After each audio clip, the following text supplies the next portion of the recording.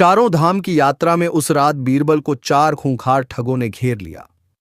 लेकिन सुबह होते होते वही ठग जान बचाकर ऐसे भागे कि फिर कभी किसी यात्री को ठगने की हिम्मत नहीं कर पाए।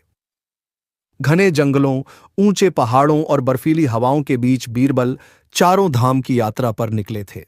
उनके साथ न कोई सैनिक था, न कोई सेवक, बस एक छोटा सा थैला, एक लाठी और उनकी तेज बुद्धि। कई दिनों की यात्रा के बाद एक शाम बीरबल एक सुनसान रास्ते से गुजर रहे थे।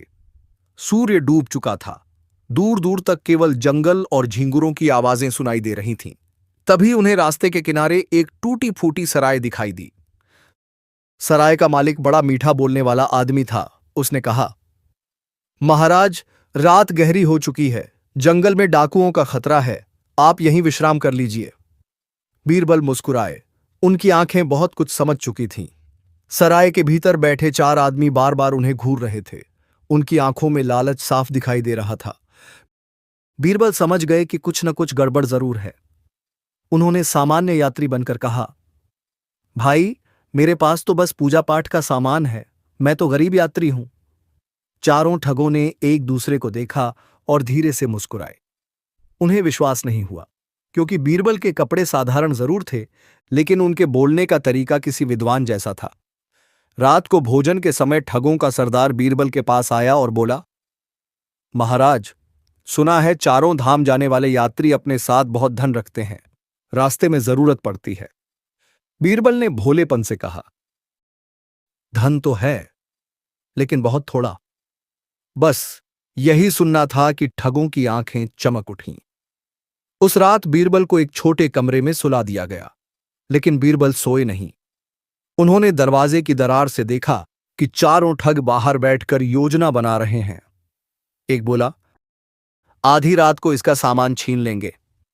दूसरा बोला, अगर शोर मचाए तो जंगल में फेंक देंगे। तीसरा हंसते हुए बोला, लगता है कोई अमीर पंडित है, अच्छा माल मिलेगा। बीरबल सब सुनते रहे। फिर उन्होंने अपने थैले से एक छोटी सी डिब्बी निकाली। उसमें साधारण राख थी जो मंदिर से मिली थी। तभी उनके दिमाग में एक जबरदस्त योजना आई। आधी रात हुई। चारों ठग धीरे धीरे बीरबल के कमरे में घुसे। कमरे में अंधेरा था। बीरबल चादर ओढ़े बैठे थे। ठगों के सरदार ने तलवार दिखाते हुए कहा, जो कुछ है चुपचाप निकाल दो। बीरबल डरने का अभिनय करते हुए कांपती आवाज में बोले, ठीक है, लेकिन पहले मेरी बात सुन लो। ठग हंस पड़े। अरे, मरने से पहले आखिरी इच्छा सुननी पड़ेगी क्या? बीरबल धीरे से बोले, तुम लोग बहुत बड़ी गलती कर रहे हो। मैं साधारण यात्री नहीं हूं, मैं एक तांत्रिक साधु हूं। मेरे पास जो थैला है उसमें खजाना नहीं, मृत्यु है। चारों ठग एक पल को रुक गए। सरदार बोला, क्या मतलब? बीरबल ने गंभीर आवाज में कहा, इस थैले में ऐसी दिव्य राख है जो जिस पर पड़ जाए उसका शरीर जलने लगता है। मैंने इसे हिमालय के सिद्ध योगियों से प्राप्त किया है। ठगों ने पहले तो मजाक उड़ाया, लेकिन बीरबल ने अचानक मुट्ठी भर राख हवा में फेंक दी। कमरे में राख फैल गई। उसी समय बीरबल जोर से मंत्र पढ़ने लगे। ऊं काल अग्नि स्वाहा। अब हुआ यह कि राख ठगों की आंखों और नाक में चली गई। जलन होने लगी।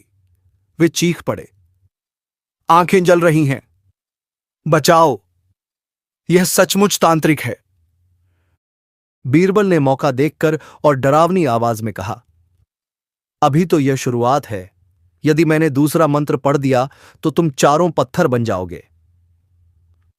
चारों ठग डर से कांपने लगे, लेकिन सरदार थोड़ा चालाक था। उसने कहा, नहीं, यह हमें डरा रहा है। तभी बीरबल ने अपनी असली चाल चली। उन्होंने जोर से दरवाजे की ओर देखकर कहा, सिपाहियों, अंदर आ जाओ। यह सुनते ही ठगों के होश उड़ गए। उन्हें लगा सचमुच सैनिक बाहर खड़े हैं, क्योंकि उस समय दूर कहीं घोड़ों की टापों जैसी आवाज भी आ रही थी। असल में वह पास के पहाड़ी रास्ते पर जा रहे यात्रियों की आवाज थी। ठग घबरा गए। एक खिड़की से कूद गया, दूसरा दरवाजे से भागा। तीसरा डर के मारे बीरबल के पैरों में गिर पड़ा और सरदार भागते भागते चिल्लाया, यह साधु नहीं, कोई बड़ा जादूगर है। कुछ ही पलों में चारों ऐसे भागे कि पीछे मुड़कर भी नहीं देखा।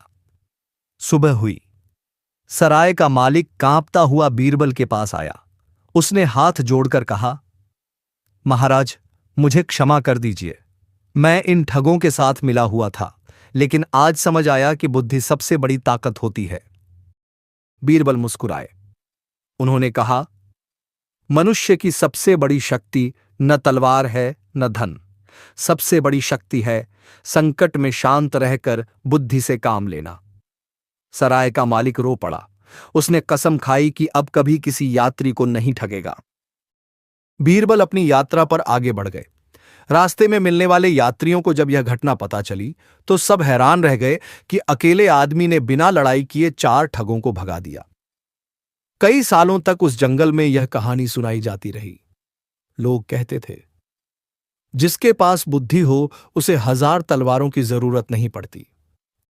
और सच भी यही था। चारों ठग उस रात के बाद इतने डर गए कि उन्होंने चोरी ठगी का रास्ता ही छोड़ दिया।